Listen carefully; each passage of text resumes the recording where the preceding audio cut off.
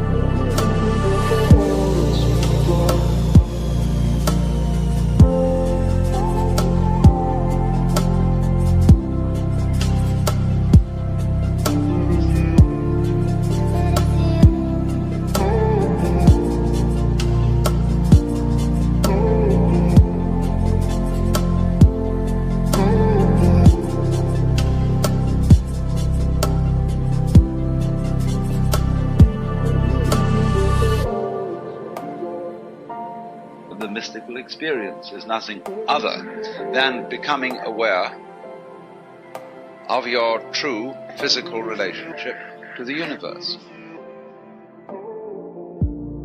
And you're amazed, thunderstruck by the feeling that underneath everything that goes on in this world, the fundamental thing is a state of unbelievable bliss.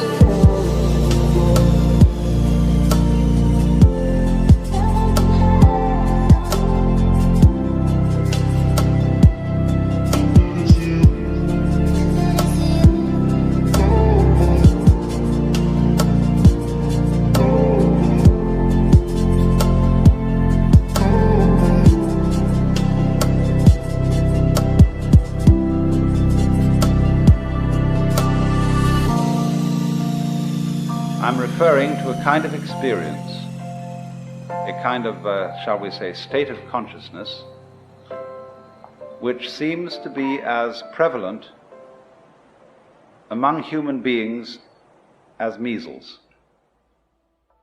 It's something that simply happens, and we don't know why it happens, and although there are all sorts of techniques which claim to be able to promote it, and which are more or less successful in doing so, and sometimes rather less than more, nevertheless there is this peculiar thing that happens to people.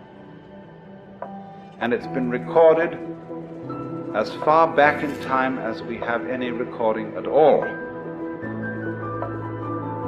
And that is coming over people the peculiarly convincing sensation that their ordinary sense of individuality, personal identity, is transcended.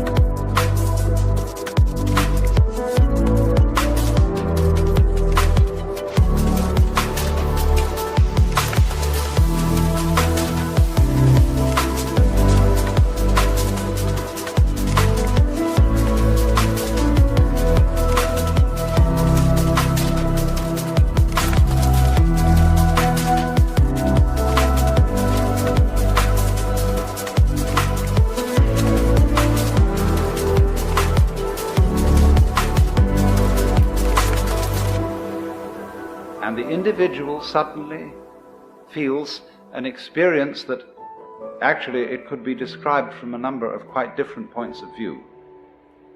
But we could add up these dominant characteristics. That instead of the ordinary feeling that I, as an individual, confront a world that is foreign to me, that is not me.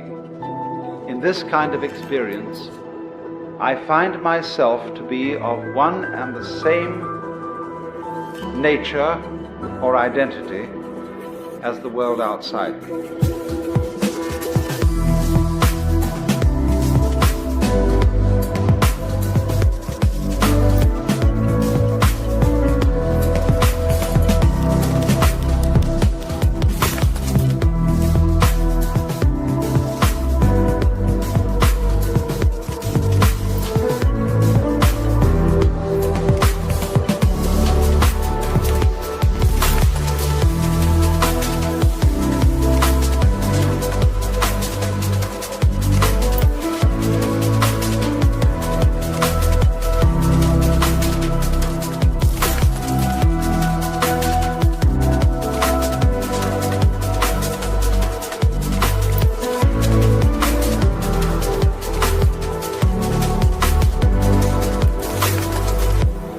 In other words, I suddenly feel no longer a stranger in the world, but as if the external world were my own body.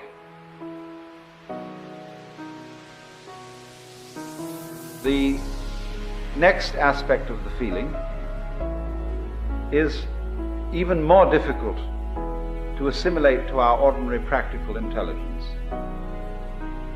But a very overwhelming feeling that everything that happens, everything I have ever done, everything anybody else has ever done, was part of our harmonious design.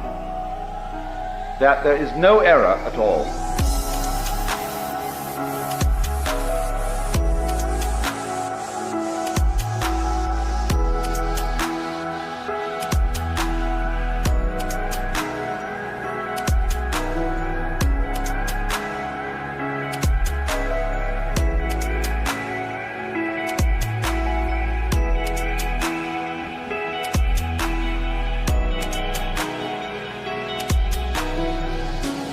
Now, you see, I'm not talking about a philosophy.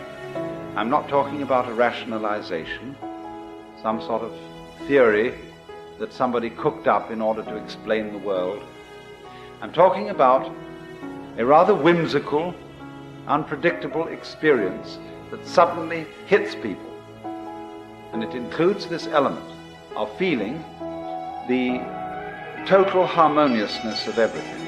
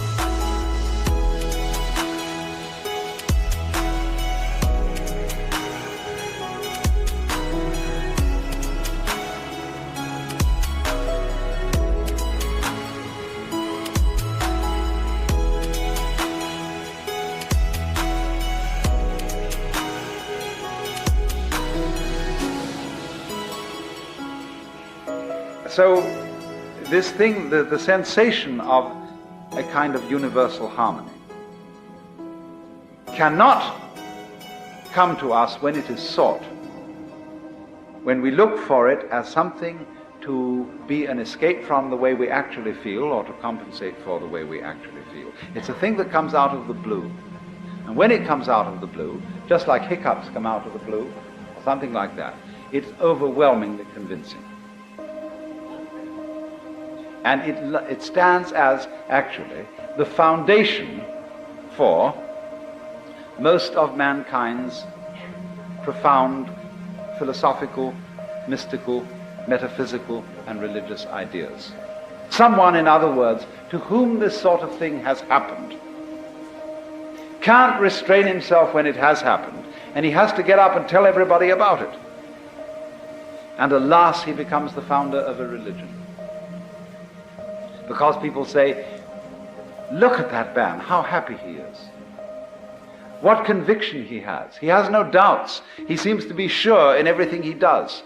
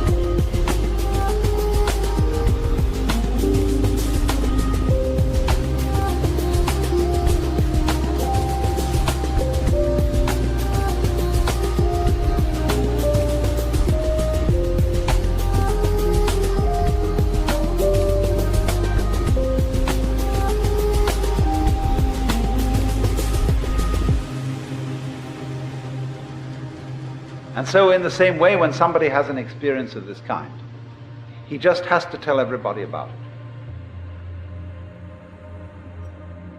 Because you see, he sees everybody around him looking dreadfully serious, looking as if they had a problem, looking as if the act of living were extremely difficult. But from his standpoint, the person who's had this experience, he feels that they look funny, that they don't understand, that there isn't any problem at all, that he has seen from where he stands, you see, that the meaning of being alive is just being alive. That is to say, I look at the color of your hair and the shape of your eyebrow, and I understand that that is the point. That's what we're all here for. And it's so plain, it's so obvious, it's so simple.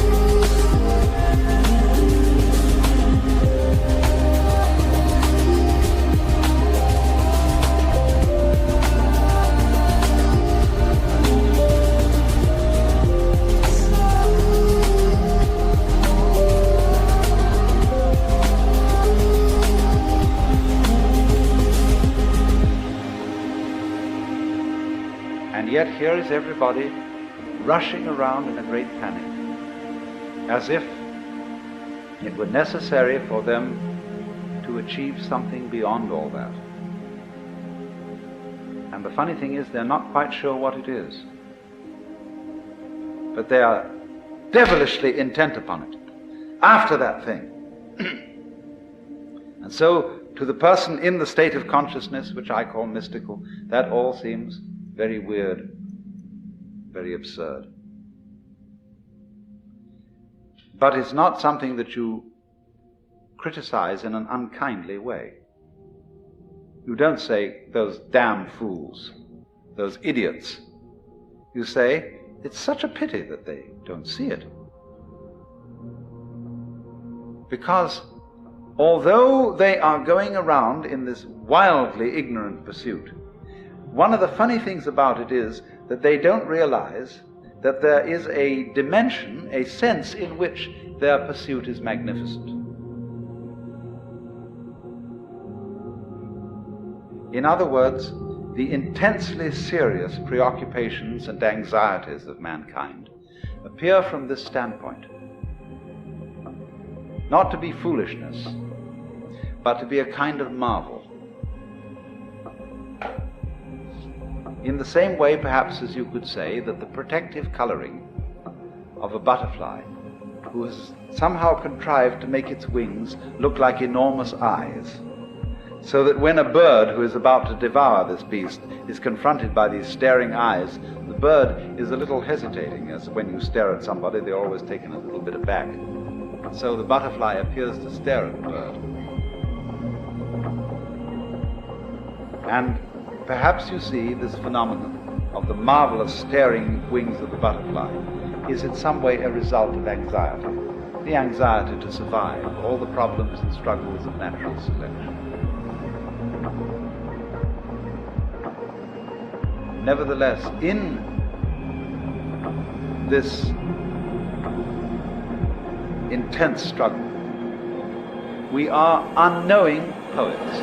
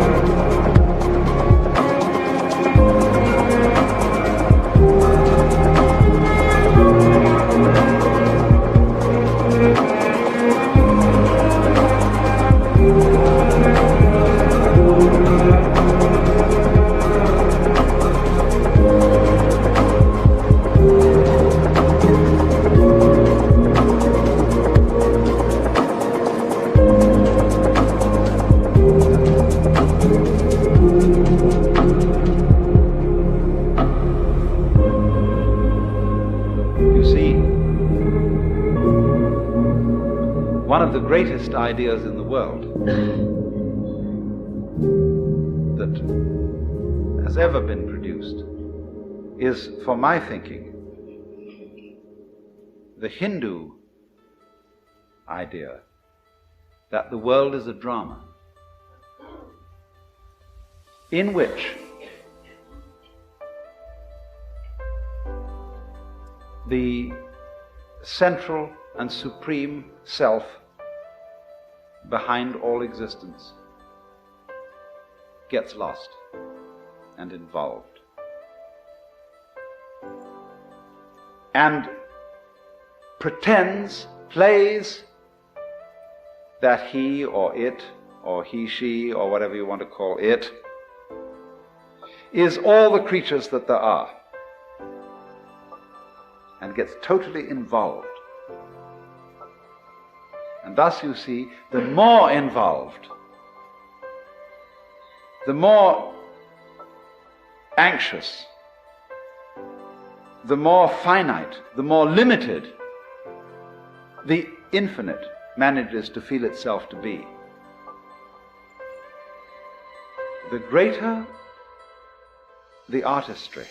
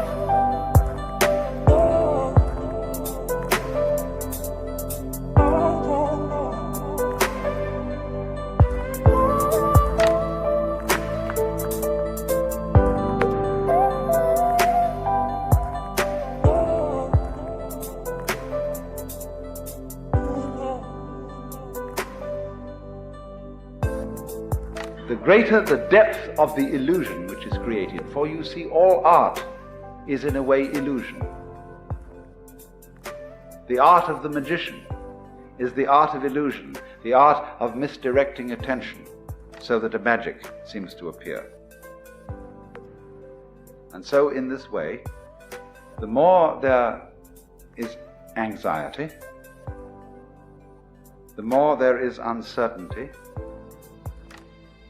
to that degree the play has succeeded, in the same way as when you are watching an actual play or reading a novel or a movie, the more the author or the actors manage to grip you and to persuade you just for a moment that you are actually involved in reality, the more they have succeeded as artists.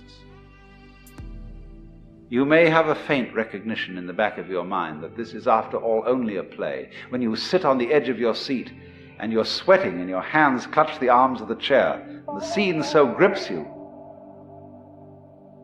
that is magnificent acting. And so the Hindus feel that the whole arrangement of the cosmos is something exactly like that. That when in the reality of actual life you are sweating it out, and you're wondering whether this surgeon who's got to operate on you in a matter of life and death is a competent man or a charlatan, or whether the investment that you made is a good thing, or whether it's going to make you lose your shirt. You see, all those matters of terrific crisis are exactly the same as when you're sitting in the theater, sweating it out there. But now a far more convincing theater has been arranged.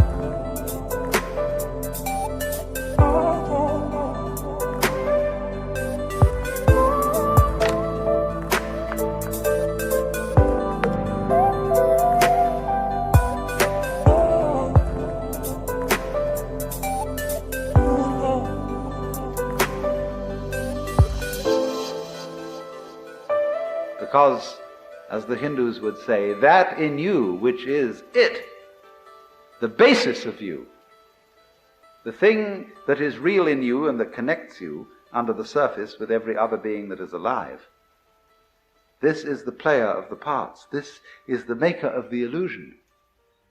This, the player of the game, which has got you involved in this mess and is living it up in the same way as those actors on the stage are living it up to convince you that this is a real situation. And this is very understandable, because basically everybody loves to play this game. The game of hide and seek. The game of scaring oneself. Running up behind yourself in the dark and saying, "Boom!" All children like to do this. And this is the most human thing. That's why we go to the play, to the movie, why we read novels.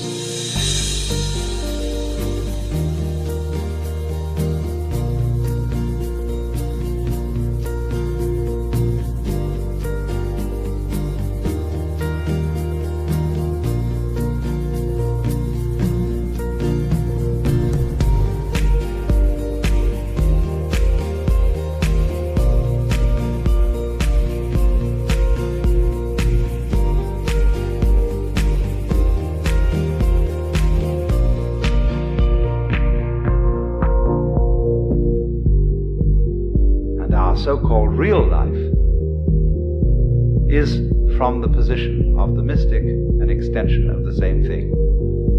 Because you see, he is the person who suddenly has realized that the game is a game.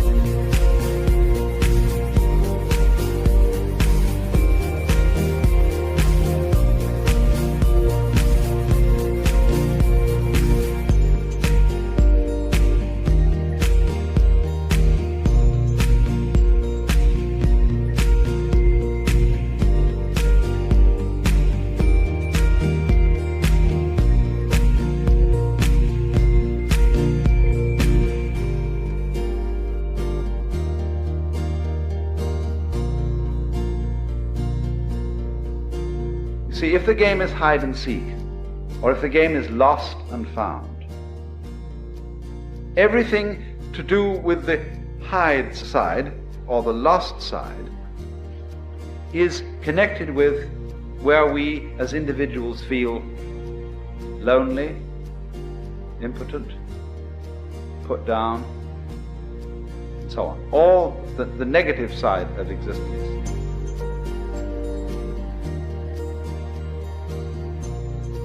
I have tried to show you at various times that there's really one simple principle that underlies everything, and it's so simple it's funny. The principle is all insides have outsides. Because you see, you don't know that the inside is inside unless there's an outside, and you don't know that the outside is outside unless there's an inside. Okay, then you, as you ordinarily feel yourself, are the inside. You are the animate, sensitive being inside the skin. But the inside of the skin goes with the outside of the skin. If there weren't the outside of the skin, there wouldn't be no inside. And the outside of the skin is the whole darn cosmos, galaxy beyond galaxy and everything. And that goes with the outside, in the same way that front goes with back. So that if you wake up and understand that, you find that the two are one and the same identity, one and the same self.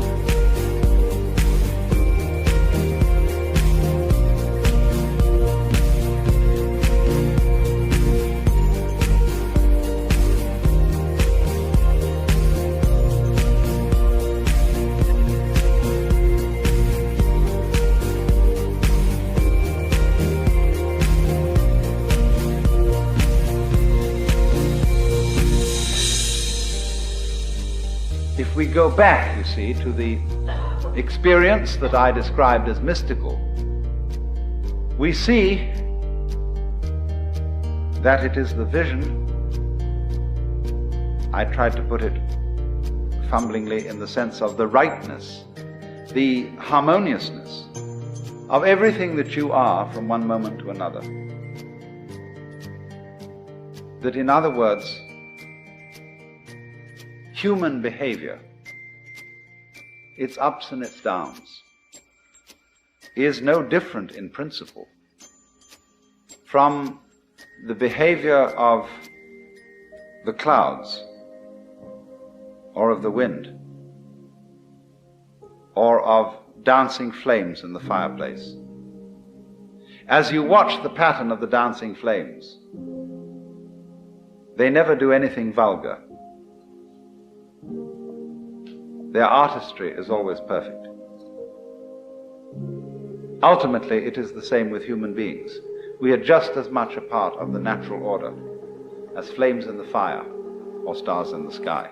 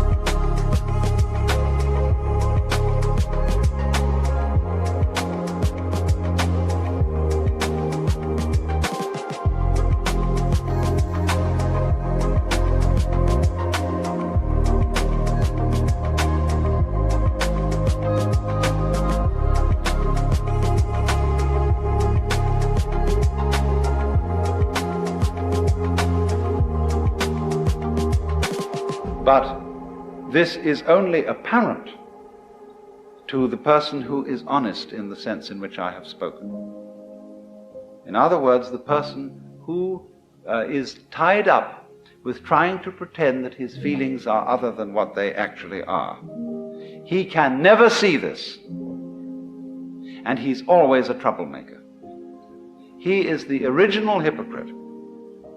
The person who is unbelievably destructive is the person who pretends that he is a model of love and rectitude and justice, and in fact isn't.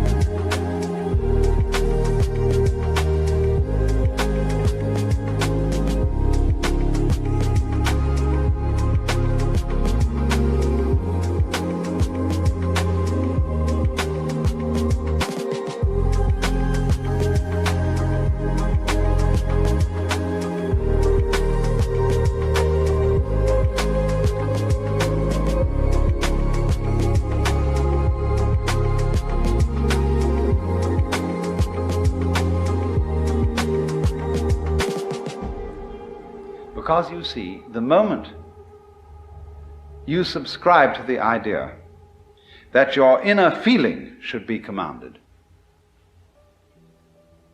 you let yourself in completely for hypocrisy.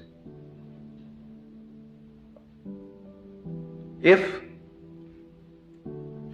you see, you tell another person that you love them,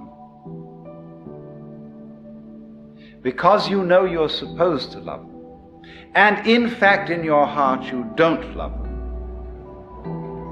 you're a liar. And therefore, the more you insist on that lie, the more you feel it's your duty to make your feelings over and to love that other person, the more you get yourself deeper and deeper and deeper into trouble.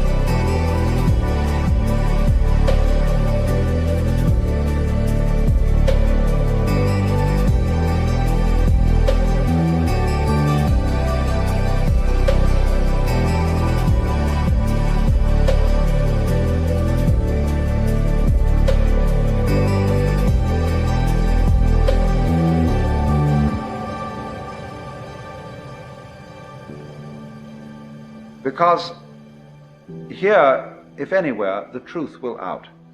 You will not be able to sustain the pretense. You will not have sufficient energy to go on pretending and making a kind of mock of the feeling of love.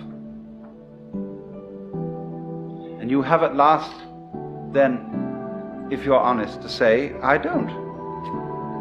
It doesn't matter whether this is to some other human being or whether in a religious situation you have to sit back and look at the Lord and say, Lord, I don't love you. I think you're a bore. You're demanding, you're authoritarian, you're domineering. Probably I ought to love you, but I'm sorry I don't.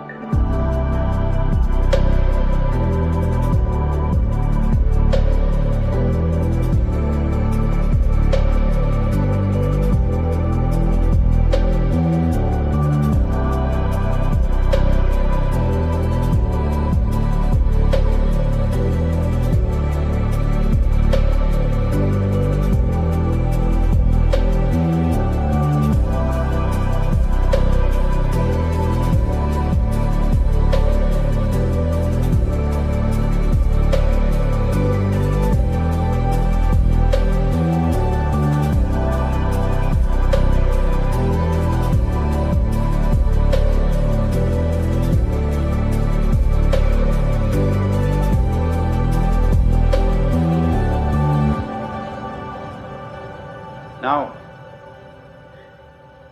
we think, you see, that an honest expression of our feelings would be disruptive of law and order. It wouldn't. Not in the least. Actually, it would be contributive to it. Because if I say to somebody, look, I'm not doing this for you because I love you or because I like you. I'm doing it for you because the book says I must. Now that puts it up to the other person, who has to look within himself and say, honestly, ought I to accept this favor from this person? Or ought I to go about seeing how I could provide myself with these conveniences? He may say, I understand you don't like doing this, but excuse me, I'm in a terrible jam. And I will be most beholden to you if for a little while yet you will go against your feelings and help me out. See, that's a nice way of doing things.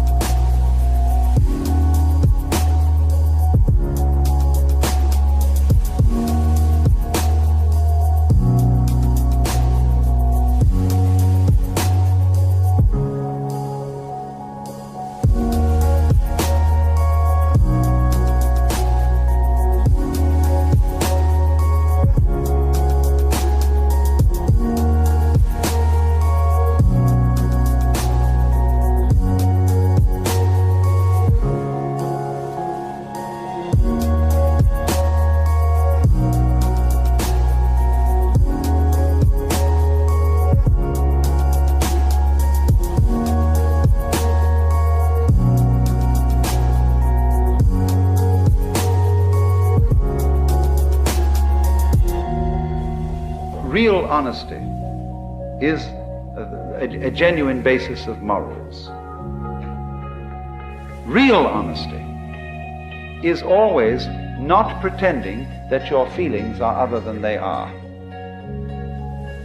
We know, as we deal with situations practically, that we may have to do things that go against our feelings. And it's the same with helping people when you have to.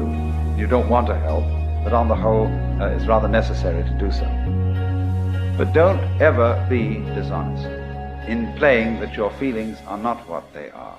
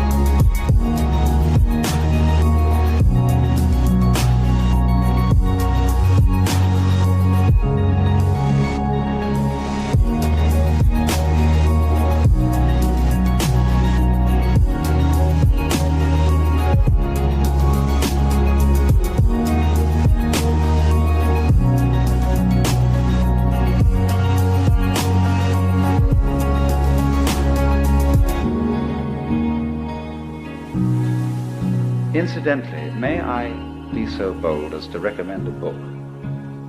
Memories, Dreams and Reflections by C.G. Jung. Jung's autobiography. The life story of a man who, in my opinion, was a superb human being in this particular sense of thoroughly knowing his own limitations and of having a certain humor about them.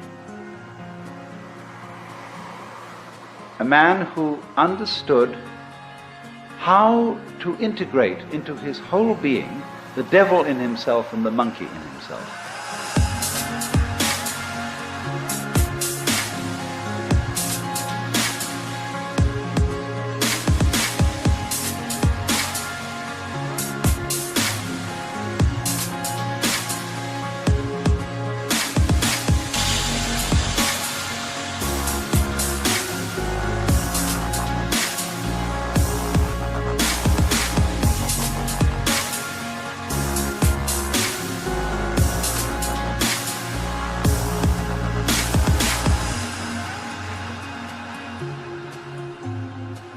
So then,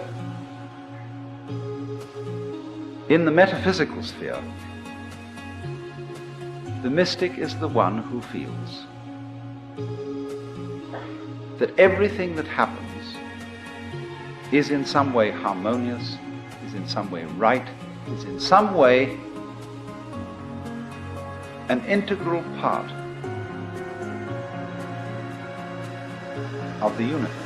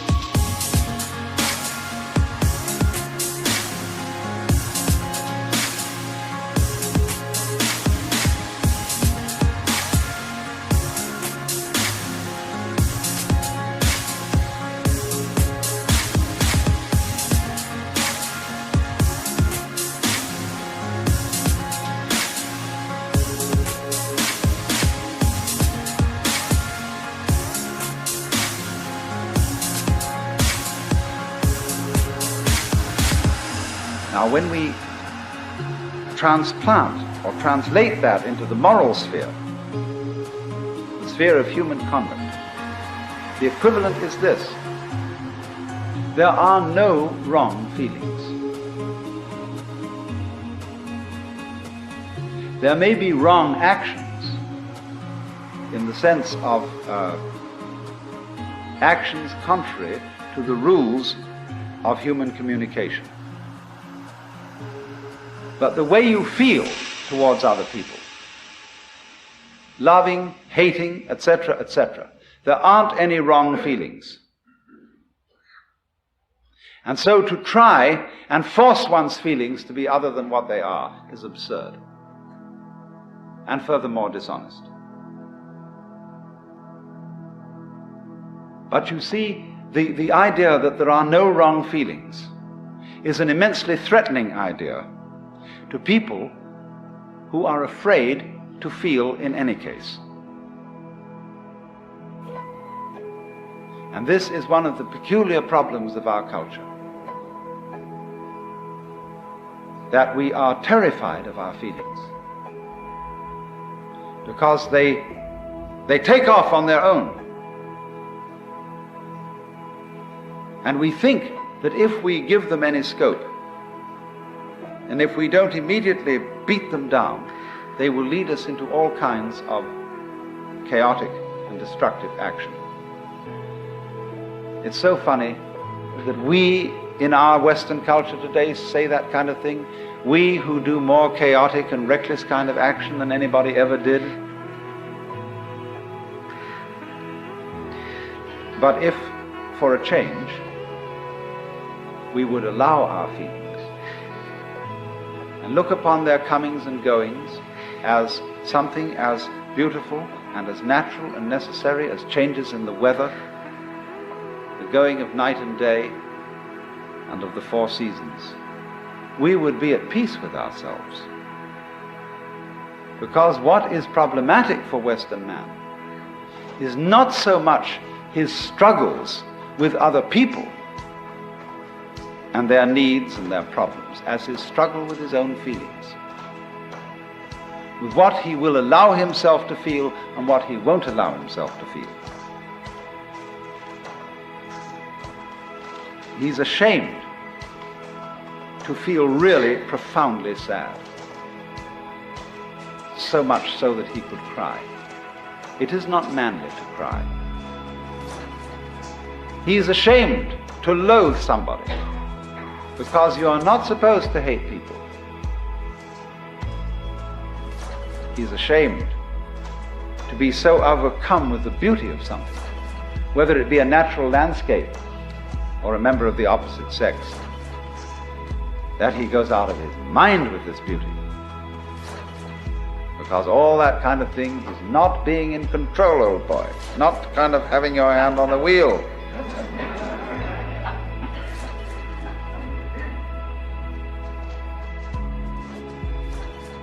But it is because, you see, we don't go with that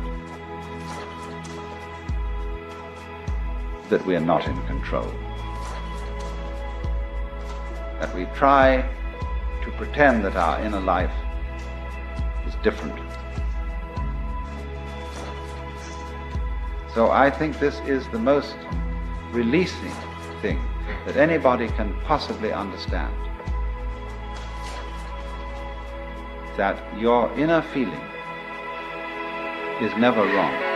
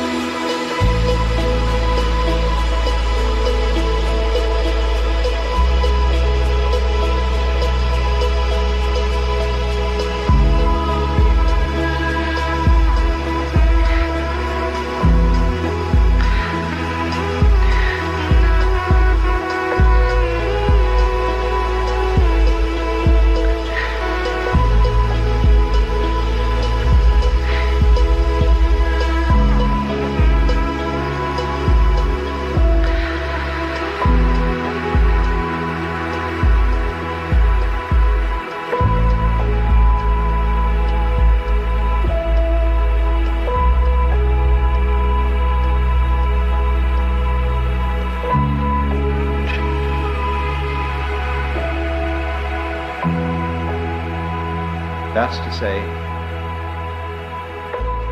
what you feel. It's never wrong that you feel that way. It may not be a right guide to what you should do. In other words, if you feel that you hate someone intensely, it isn't necessarily the right way of dealing with that feeling to go out and cut his throat. But it is right that you should have the feeling of hating, or of being sad, or of what? Frightened, terrified, whatever it is. For you see, when a person comes to himself, he comes to be one with his own feeling. And that is the only way of being in a position to control it. It is in exactly this way that the sailor always keeps the wind in his sails. Whether he wants to sail with the wind or whether he wants to sail against the wind, he always uses the wind. He never denies the wind. Well, and it's exactly that same sense that a person has to keep going with his own feeling. Whether he wants to act as the feeling obviously suggests or act in a different way, he has to keep the feeling with him, because that's his own essential self.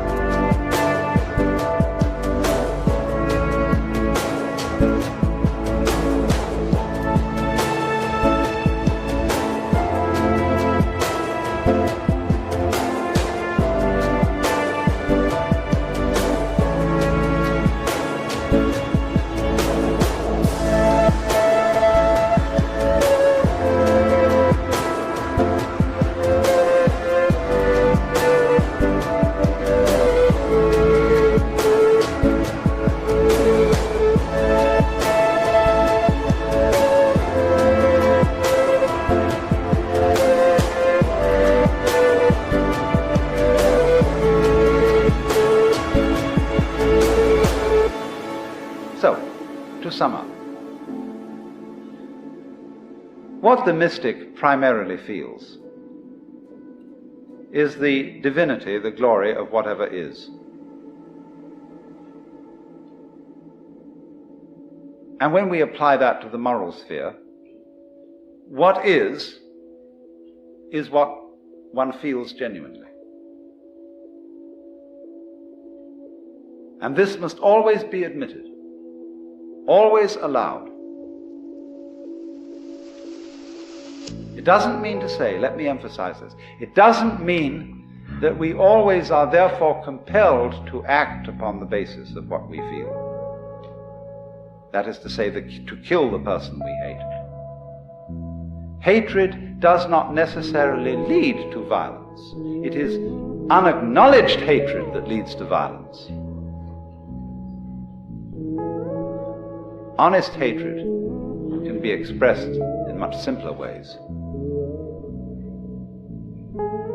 But the expression, the recognition, the acceptance of what is honestly felt is the moral equivalent of the vision that whatever exists is a manifestation of the divine.